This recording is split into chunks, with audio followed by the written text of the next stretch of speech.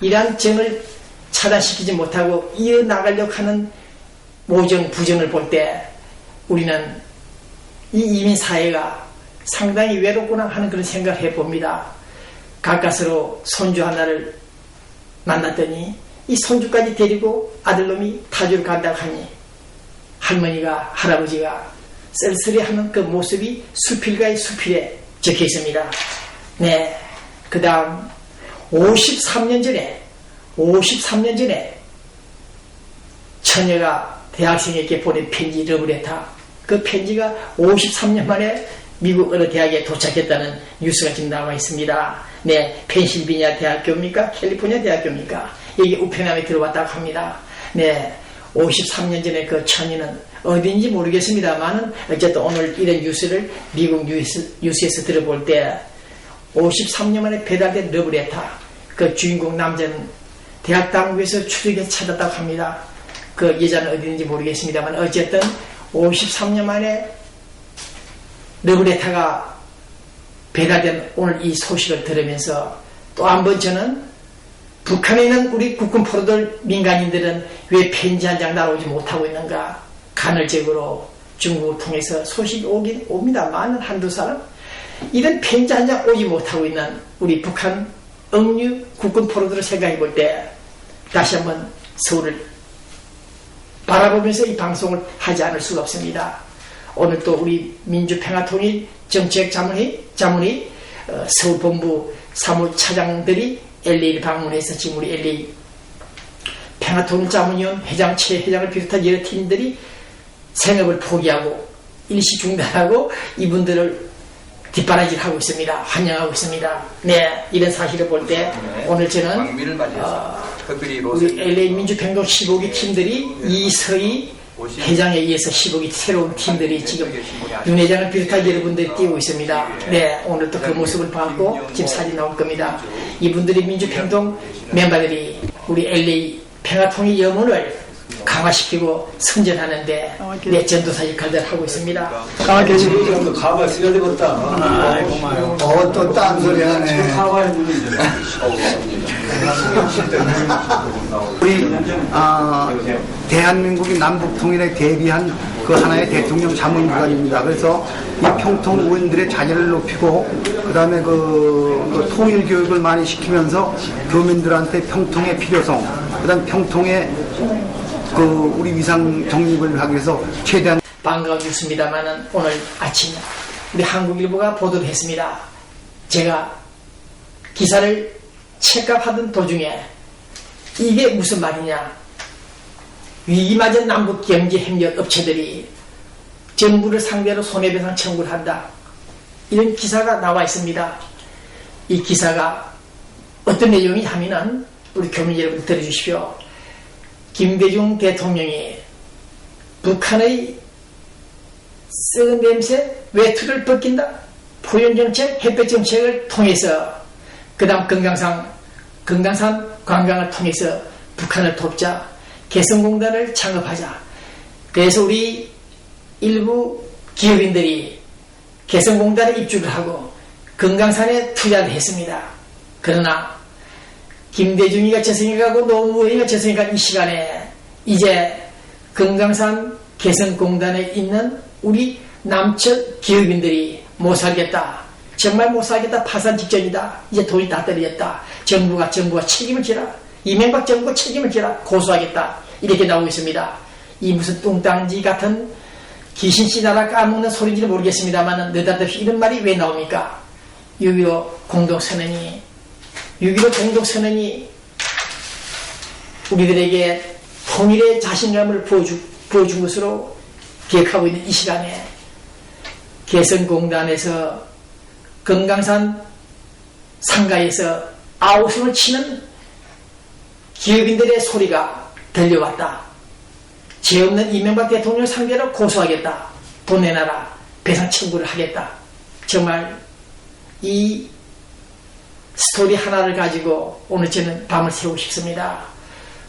무명소졸하다는 이 기자가, 제가 88년 89년 그때 노태우 정부를 향해서 통일 장관들을 향해서 남북 대화 접근 아직은 시기상조다, 빠르다.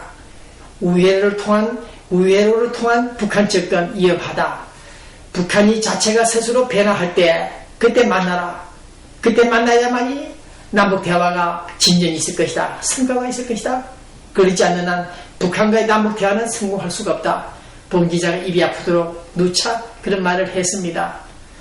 그러나 그들은 말동풍 일방 통역을 시작했으며 노태우 정부에서 시작된 김대중 노무현들의 대북 정책, 오늘 6.15 공동선언들이 우리들의 내리속에서 깊이 박혀있는 이 시간에 금강산 개성공단에서 우리 남측 기업인들이 도산하고 있다, 쓰러진다, 이런 비명을 지르고 있다는 사실을 우리는 어떻게 생각해야 될지 모르겠습니다.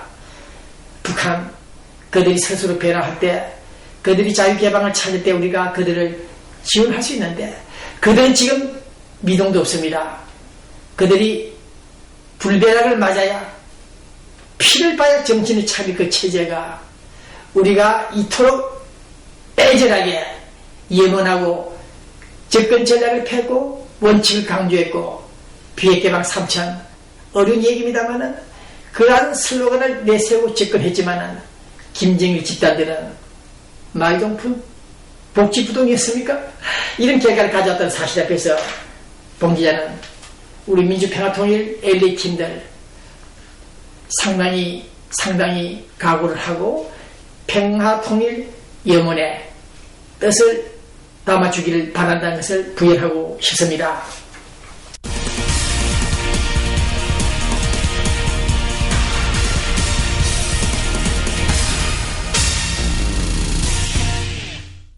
그 다음 우리 로컬, 우리 LA, 우리 엽전들, 훌륭한 인재들, 이민 1세, 2세들, 3세들이 살고 있는 로스앤젤레스.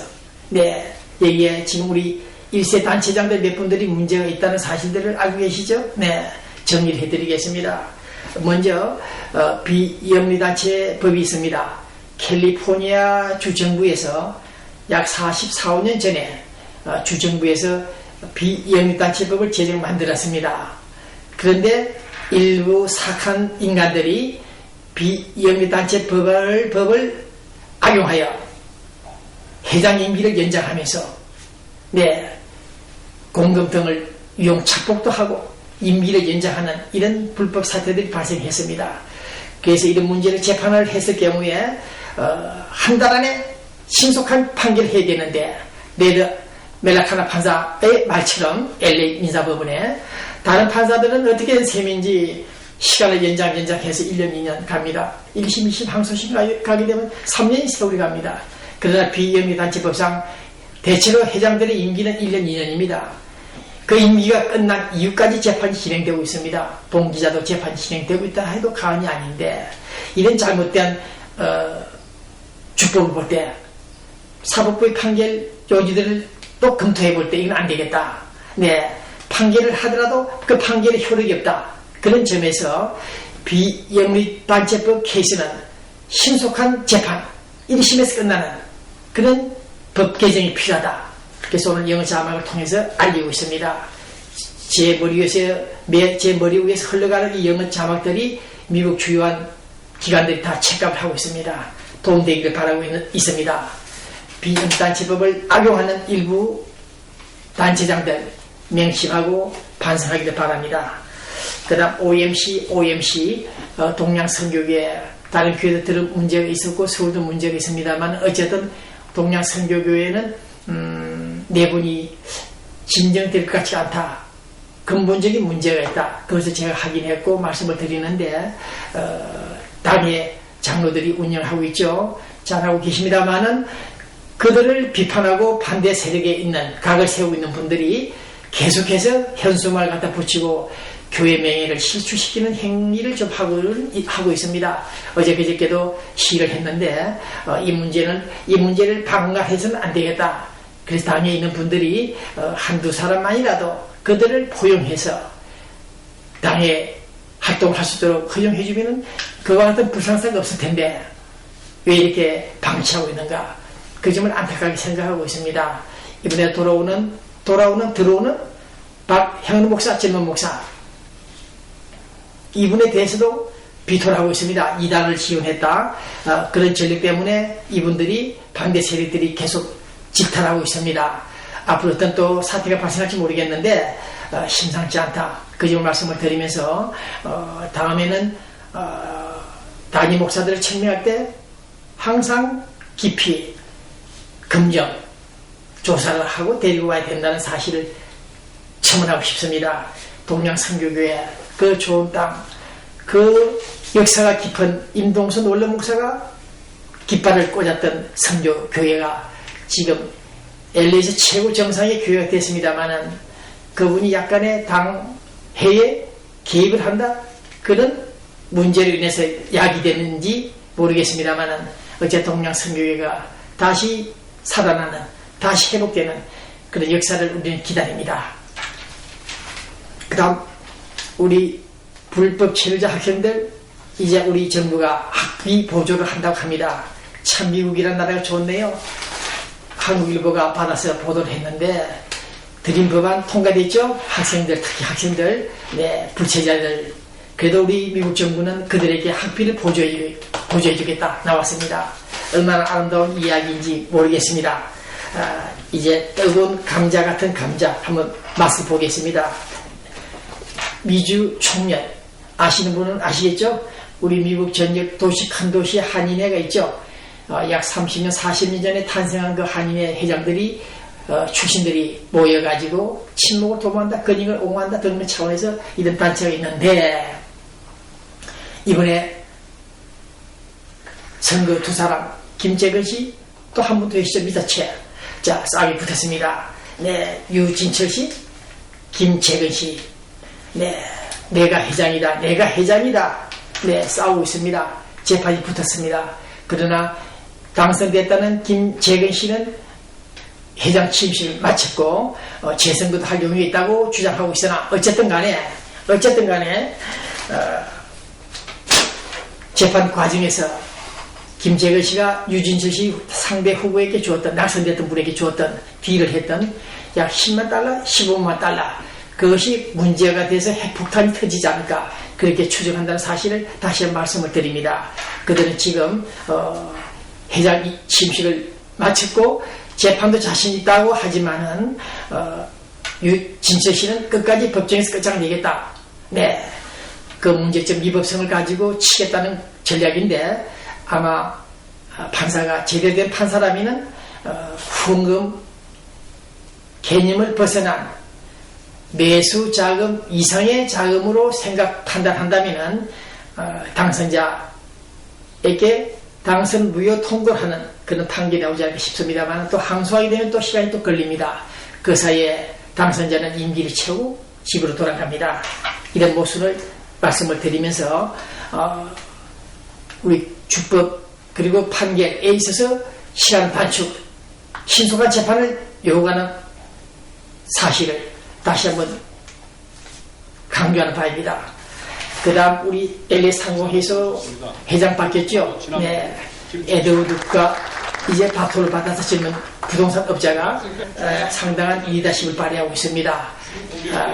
앞으로 우리 상공회의소 멤버들이 우리 교민사회에 본보기로 좋은 점을 보여줄 때 다른 단체들도 따라가지 않을까, 닮아가지 않을까, 그런 생각을 해보면서 상공회의소 에드워드 그 회장팀들 착실하게 건전하게 상공회의소를 이끌어주길 바랍니다. 좀 더 성숙하라고 또 기회를 주시는 것 같은데, 하여튼 저한테 주어지는 역할이 있다는 이 역사 있는 상공회의소의 어떤 주어진 역할을 잘 함으로써 또 기대에 부응하도록 노력하겠습니다. 감사합니다.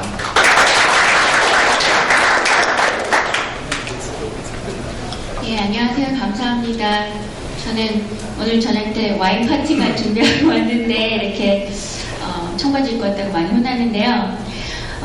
저도 부회장님하고 저희 이사장님이 굉장히 일을 열심히 많이 하실 것 같아서 동참하기 위해서 나왔습니다. 그래서 1년 동안 일할 수 있게 해주시는 여러분들께 감사드리고요. 저희가 어,